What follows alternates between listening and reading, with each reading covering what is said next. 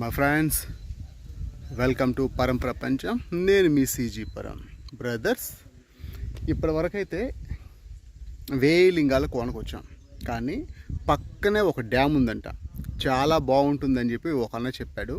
ఇక్కడ నుంచి ఒక 3-4 కిలోమీటర్లు సరదాగా వెళ్దాం, దాన్ని చూసుకుందాం. మనమైతే ఆ డ్యామ్ కాడికి బయలుదేరినాము. చూద్దాం. ఇక్కడ నుంచి 3 కిలోమీటర్లు అన్నారు. ఇది కరెక్ట్గా వేయిలింగాల కోనకు పోయేటువంటి గుడి ఉంది కదా, ఆ గుడి పక్కనే వస్తుంది ఈ రోడ్డు. ఇట్లా మనం వెళ్ళిందానా మన జర్నీని ఇంకొంచెం ముందుకు తీసుకెళ్దాం. ఎక్స్పెక్ట్ అయితే చేయలేదు. డ్యామ్ అయితే చాలా బాగుంటుందంట. ఆ డ్యామ్లోంచి నీళ్లు తిరుమలకు పంపిస్తారంట. చూద్దాం ఏంటి ఏం జరుగుతుంది అనేది. మనకు అడ్రస్ చెప్పిన ఆయన ఏం చెప్పాడంటే, కొద్ది దూరం పోయిన తర్వాత మీకు లెఫ్ట్కి ఒక దారి, రైట్కి ఒక దారి వస్తుంది, కాబట్టి రైట్కి పోకుండా లెఫ్ట్కి వెళ్ళిపోండి అన్నారు. కాబట్టి మనం హ్యాపీగా ఈ లెఫ్ట్కి పోయేటువంటి దారిలో వెళ్దాం.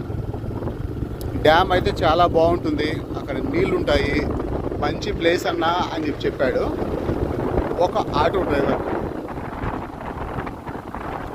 డ్రైవర్లు ఎందుకు వెళ్తారంటే, వాళ్ళకు కొంచెం బాగా అవగాహన ఉంటుంది. చుట్టుపక్కల ఉండేటువంటి ప్రతి ప్రదేశం గురించి వాళ్ళకు ఉండే అంత అవగాహన ఇంకెవరికి ఉండదేమో అనిపిస్తుంది. దానివల్ల ఎక్కువగా నేను ఇన్ఫర్మేషన్స్ ఆటో డ్రైవర్ అడుగుతాను.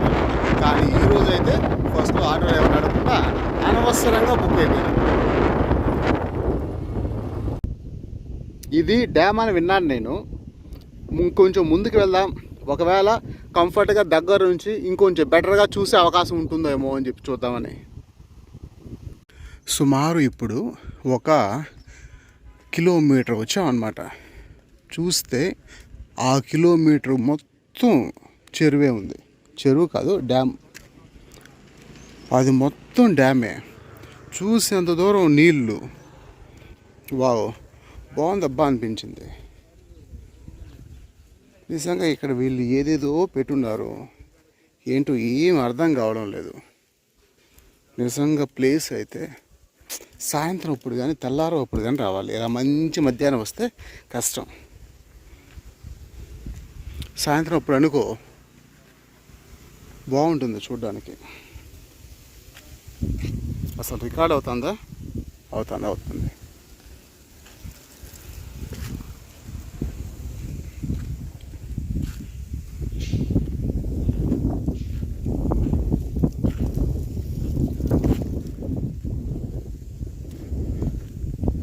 ప్లేస్ అయితే చూడడానికి చాలా బాగుంది. దీన్ని ఏమంటారు, దీనికి ఏదైనా పేరు, ఊరు లాంటివి ఏమైనా ఉంటే బాగుండేది.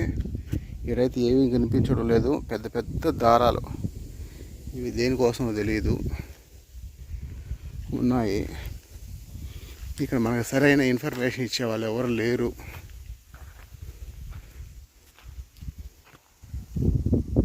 ఎలా ఉంది? బాగుంది కదా, బాగుంది.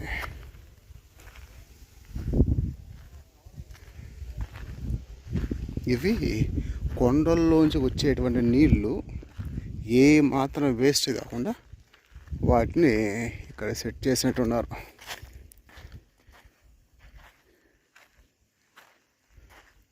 నీళ్ళకైతే దిగడం లేదు, ఎందుకంటే ఇవి ఎంత లోతు ఉంటుందో తెలియకుండా లోతు ఎంతో తెలియకుండా దిగకూడదు అని చెప్పి ఒక మాట ఉంది కదా, దాని ప్రకారం లోతు ఎంతో తెలియకుండా దిగకూడదు.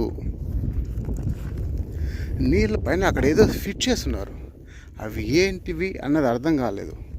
కానీ నాకెందుకో ఒకవేళ అవేమన్నా సోలార్ ప్యానల్సా అని చెప్పి చిన్న డౌట్ వస్తుంది. కానీ తెరవడిపోయి కొన్ని చోట్ల అయితే నీళ్ళల్లో కూడా పడిపోయినాయి. వావ్, నీళ్ళు అయితే చాలా బాగున్నాయి. లోతు ఎంతో తెలియకుండా దిగకూడదు అని చెప్పాను, కానీ నీళ్ళల్లో అడుగు పెట్టకుండా ఉండడం కష్టం అనిపిస్తుంది నిజంగానే.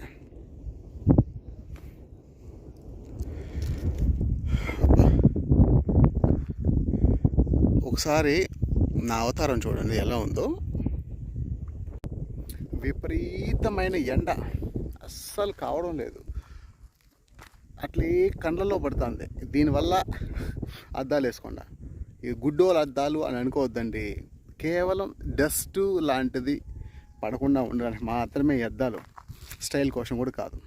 అది ఇది మన చుట్టూ ఉన్నటువంటి ప్రపంచం చూపించేది పరం గారు.